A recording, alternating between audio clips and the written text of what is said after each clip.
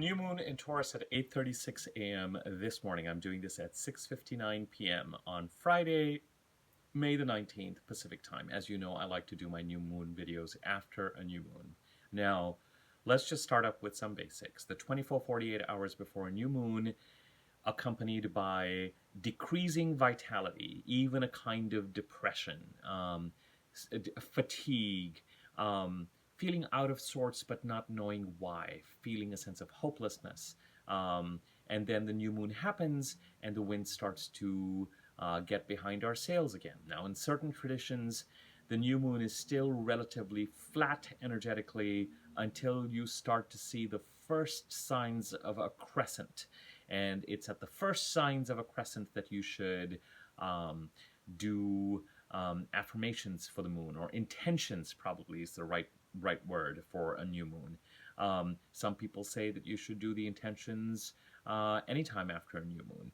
Whether you do intentions or not, and whether this is a placebo effect from you or not, I do feel the effect of a new moon, I feel like, after the new moon happens. Once it happens, it does feel a little bit like energy has cleared and we're ready to move forward again. And it is indeed forward movement on multiple levels with this new moon. Now, the forward movement with a regular new moon, as a reminder, new moon happens 14 days later, energy peaks at a full moon, and then 14 days later, the energy comes back down to the next new moon. So it's a 28-day cycle.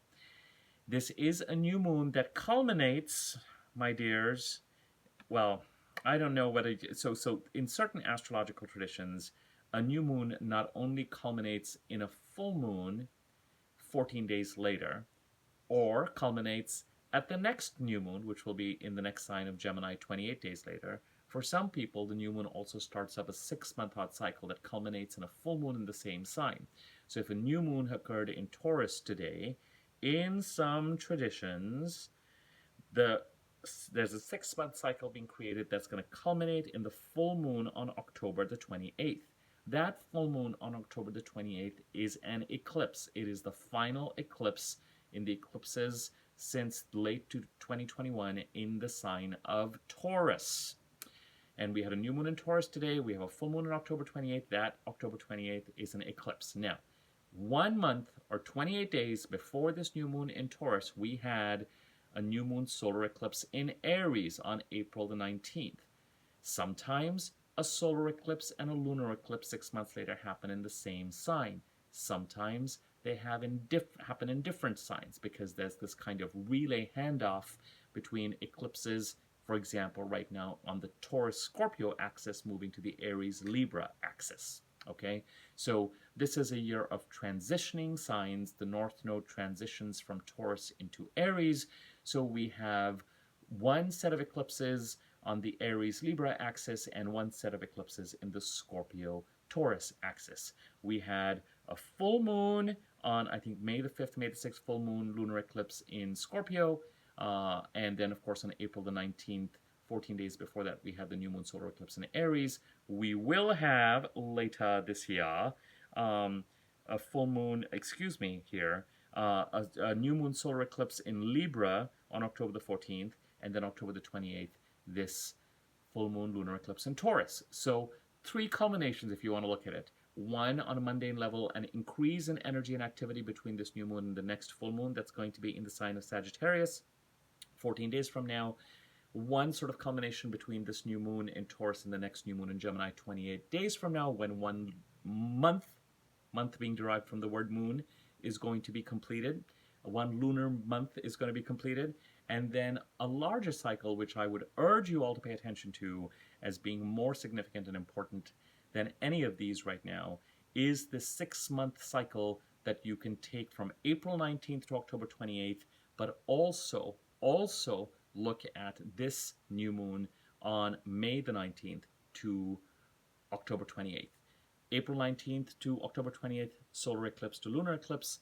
May the 19th to October 20th, new moon in Taurus to full moon in Taurus. Now, why does all of this become important? When we were dealing with the April 19th solar eclipse, we were dealing with the fact that Mercury 2 days later went retrograde in Taurus. So we have just, the eclipse cycle started, And with the April 19th eclipse, remember that June the 19th becomes an important date or marker. And June the 19th, I would say the new moon in Gemini, which happens on June the 17th, but the week before and after June the 19th become important markers for this April 19th solar eclipse. And of course, when we look to October 28th as the full moon lunar eclipse, we should also look at the week before and after August 28th. For whatever reason, those 2-month markers, full moon in Pisces, week before, week after that, as an important marker for the October 28th full moon. Okay, so those 4 dates in this eclipse cycle become important. So let's say that from April the 19th, energy is increasing in an eclipse manner. And as I've done eclipse videos just recently because they happened recently. Please look at those if you want greater definition of eclipses and God taking the wheel and change. And look at by all means, look at the eclipse videos. There's one eclipse video where I zeroed in on, because I was so frustrated by sort of generic sign-related interpretations of the eclipses on the internet. The idea that because the new moon in Taurus, or because the full moon on it, take a look at the full moon, take a look at both the Aries and the Scorpio eclipses, but because the full moon occurred in Scorpio, I think I went off a little bit on why it is that the houses are more important, and I used, as you would, a Libra rising chart as an example of why houses are more important than the signs. As those of you who are more advanced in astrology would know, a Libra rising chart is the best example to use, because there you have the signs placed in houses that have opposing meanings. So you could have an eclipse in the sign of Taurus, but it'll be which stands for self-worth and independence and your own income and your own resources, but Taurus will be sitting in the 8th house, which stands for the opposing principle of shared resources and partnerships. So I would hazard to say that for anyone, for example, that is Libra rising or Scorpio rising, it's not just, and with opposing principles, you kind of have to find that balance or dance between independence and codependency, but at the same time, it is a very different interpretation when you have a North Node eclipse in the 8th house as opposed to the 2nd house. Hello. So anyway, outside of that little detour that I just did, you can look at the eclipse videos to get more information about what I think eclipses are about and why they're important, blah, blah, blah, blah, blah. But we'll keep focusing on this new moon in Taurus.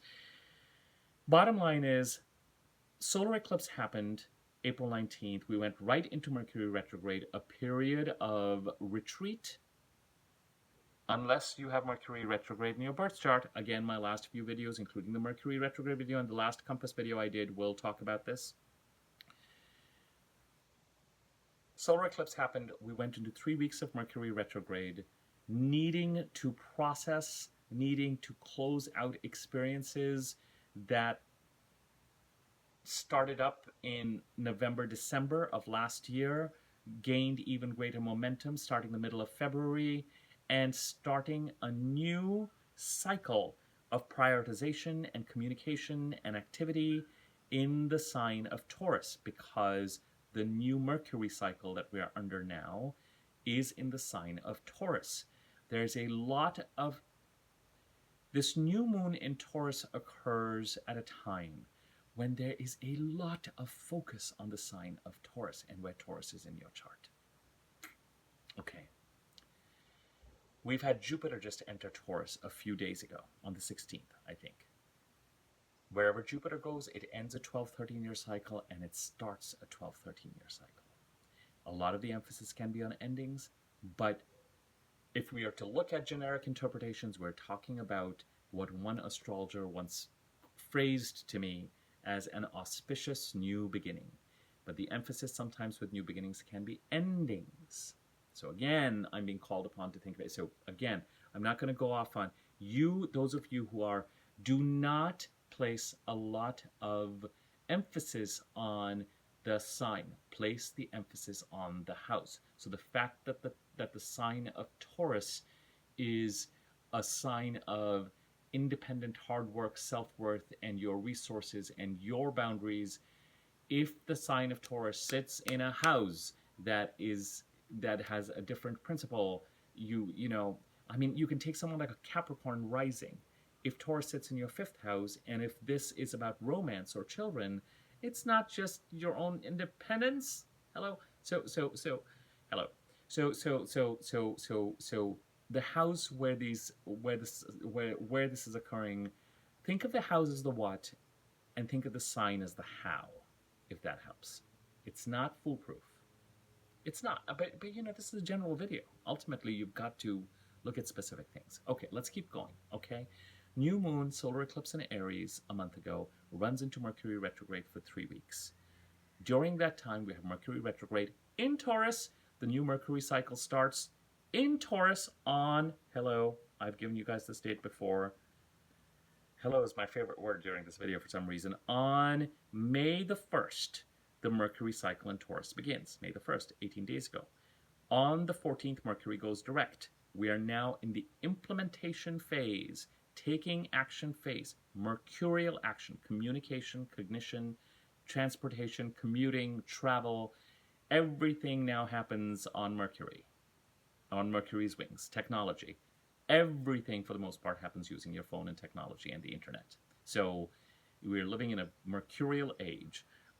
So we are urged, after Mercury went direct on May the 14th, to focus on a certain amount of implementation and activity in the sign of Taurus, communication related. I would say, what are your goals? Put in your energy there. Then 2 days later, Jupiter comes in to say, ta-da, I'm here for 13 odd months, and we're going to end a 12-13-year cycle and start a 12-13-year cycle and create an auspicious new beginning. Yay! And then we have, 2 days before the sun is about to leave Taurus, a new moon in Taurus. The sun entered Taurus. The new moons are happening in the last few degrees of every sign right now. So the sun entered the sign of Taurus on April the 20th, 1 day after the eclipse in Aries. And at the tail end of it leaving, it is creating a new moon, which means from a month basis, from a lunar cycle basis, from a solar and a lunar cycle basis, the emphasis on the sign of Taurus is not just Taurus season, which will be April 20th to May 21st or so. It actually, because this new moon is happening on May the 19th, extends an emphasis on the sign of Taurus because the new moon happens here. So until the new moon happens in Gemini, activity and intentions and intended action are really happening and are needed to happen, are required to happen in the sign of Taurus. Forward movement happens in the sign of Taurus. Mercury is now direct, and a new moon happens, and Jupiter comes in, and the North Node is still in Taurus, and Jupiter and the North Node are going to conjunct as we head towards June the 1st, depending on whether you just look at the North Node or the True Node, somewhere between May the 27th and June the 1st, and it is all systems go. I said in the last video, it is all systems go after Mercury goes direct until the middle of July and Venus goes retrograde. We have 2 months of forward movement. If you have Mercury retrograde in your birth chart, you may have been more decisive and may have felt greater forward movement while Mercury was retrograde between April the 21st and May the 15th. But that doesn't mean, but now, you know, all of us get to experience sort of a collective forward movement and action. So if you dealt with the eclipse on April 19th, or if in general, even if lunations mean nothing to you, even if you don't track new moons and full moons, after the last month that we have had, which has been a month of suspension, and going back and processing and trying to make sense of things and trying to close out things and trying to start things, and let's just call it 3 odd weeks of transition. Now, given the fact that we have this energetic push from the first of the Aries eclipses that will occur over the next 3 years, heading towards this Taurus eclipse on October the 28th, now that Mercury is now direct and we have these 2 months of forward movement, now is when we can feel, typically an eclipse happens and we're like, all right, let's go. Here the eclipse happened and Mercury was like, no, not so fast. We have some cleanup to do. We have some lessons to process. We have some lessons to learn. We have some lessons to integrate. We have some things to close out. We have some things to start up. No better time. So if you were expecting eclipsy things to happen, significant change to happen right after the April 19th eclipse, you may have been put in waiting mode. Things need to be sorted out. The things are still in suspension. The gates are not yet open. Well, the gates open as of the new moon today. And as I've said in my past few videos, the new moon in Taurus, the full moon in Gemini, the new moon in Taurus, the full moon in Sagittarius, the new moon in Gemini. I'm looking at all of these lunations as pushing us forward. This new moon trines the sign of Pluto in Capricorn. If we look at 2023 as having different phases, the first phase of 2023 for me began in November, but especially December of 2022, when opportunities or offers or new 2023 may have announced itself thematically during that time. We entered into 3 weeks of suspension in January when Mercury was retrograde at that time. By the time we got to the middle of February, it was all systems go till about the middle of April. Phase 1. During this Mercury retrograde between April 19th and now, closing out that phase, preparing for the next phase. Now we have phase 2, which takes us to about the middle of July. Some people might argue that phase 2 continues all the way towards October the 30th, but I'm just going to, for now, for us as we track this, say all systems go to the middle of July. If you were expecting phase 2 to begin because the intention was there after April the 19th, you may have found the last 3 weeks understandably and sometimes not understandably a little frustrating because things were in pause while Mercury was retrograde, unless you have Mercury retrograde in your birth chart and you found that you were much more decisive about things in the last 3 weeks. But now with this new moon, we move forward. It trines Pluto in Capricorn. The sign of Capricorn is playing an interesting role this year with these phases that we're going through. When we were dealing with the November, but particularly December activity in 2021, there was a lot of emphasis in the sign of Capricorn. And Mercury went retrograde, I think, in the sign of Capricorn. Yes, it did. And so, and there's a lot of connection. And because the next Mercury retrograde after this will be in the sign of Virgo, the earth signs, Virgo, Capricorn, and Taurus, are very much in communication with each other. And whatever was going on in December, late November, December, even January of 2022 and January 2023 were supporting the Taurus eclipses and the Taurus North Node and Uranus in Taurus, where we are spending our action now. Now we have all this focused action directly in Taurus, supporting Pluto in Capricorn. Pluto in Capricorn creating transformation in Pluto in Capricorn. Now, some of you will say, Abhi, Pluto isn't in Capricorn for another few weeks. I know. It is still a Pluto in Capricorn year. And while this new moon may technically be trining Pluto while it is in Aquarius, the degree where the trine is complete is in Capricorn.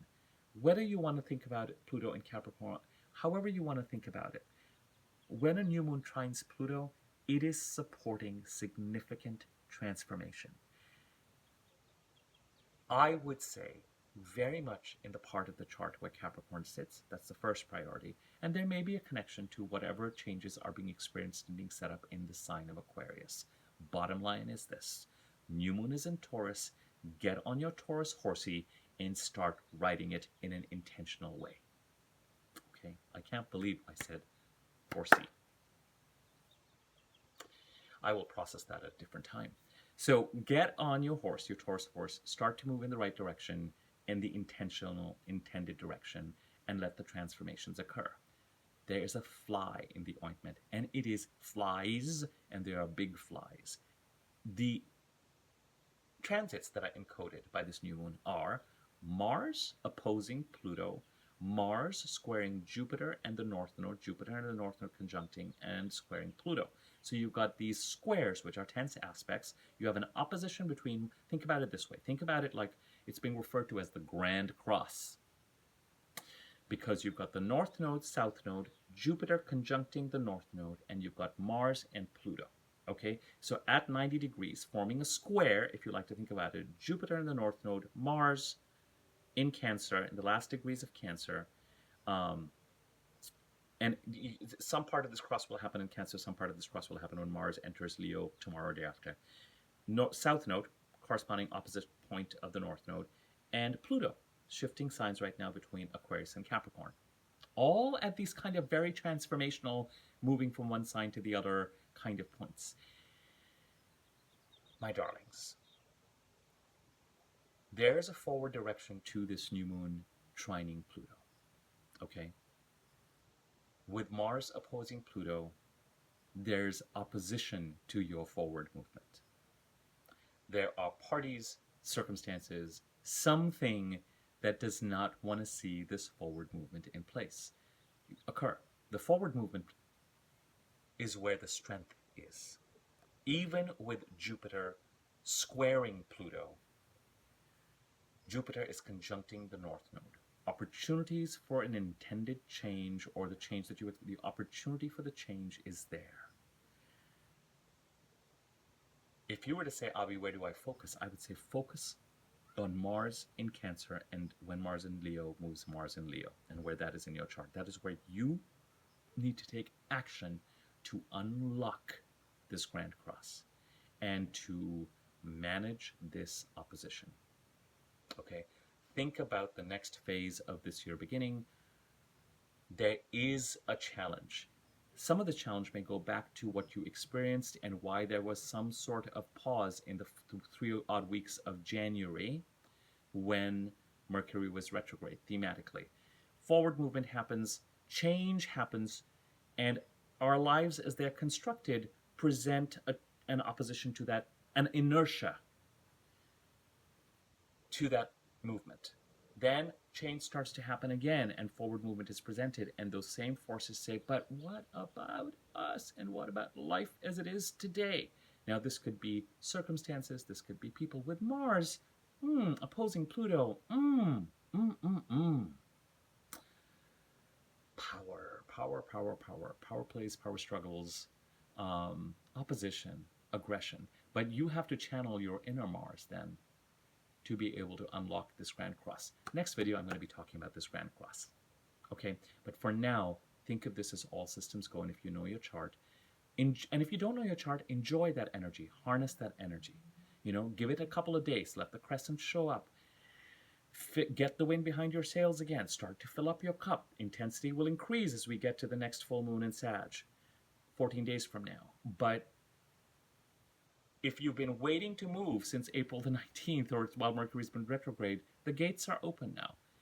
But there are obstacles and there are challenges. There's some kind of hero's journey thing here where sword has to be picked up, and a few things and a few things have to be hacked out of the path so that you can move in the right direction. Please don't do anything violent. Please, sorry, that analogy went out and I was just like, oh God, what have I just said? Please, it's a metaphorical, it's an example. I'm not asking you to literally pick up any sword. Okay. But metaphorically, archetypally, it is a new moon that desires transformation and forward movement, but it is encoding a need for us to tackle opposition to desired and intended change that feels positive. Okay? Any change that feels positive a few years from now can run into trouble, can run into challenge. I mean, you know, that's just the way it goes. At some point, Saturn is going to enter Taurus, and it's going to be like, oh, what were all those changes about 3 years ago? All those positive changes that we were talking about 3 years ago, and now we're being tested. So it's not as if cycles do not have their inbuilt, but right now, in the sign of Taurus, supporting transformation in the sign of Capricorn that wants to be completed this year and next year, this is the essence of this reading. Forward movement in Taurus, supporting transformation where Pluto in Capricorn has been over a decade and is finishing up its changes over the last. That is where the focus and the intention needs to be. You take stock of where the opposition is and you deal with it so that you can move forward. Okay? And you deal with the opposition by focusing on and channeling and harnessing the energy of Mars to go pursue your goals and to draw boundaries where they need to be drawn, probably from the sign of Leo, because Mars is entering Leo tomorrow, and that's from where it's going to oppose Pluto, and that's from where it's going to square Jupiter in the North Node, and it's a lot of this might happen in the next week. Okay, we're moving into my next video. I'm going to leave it here. Happy new moon. Like, comment, subscribe to my channel. Click on the bell icon and the wiggly thing bell when you click on the bell so you're notified when I do videos. And we will chat again soon. Thank you. Bye.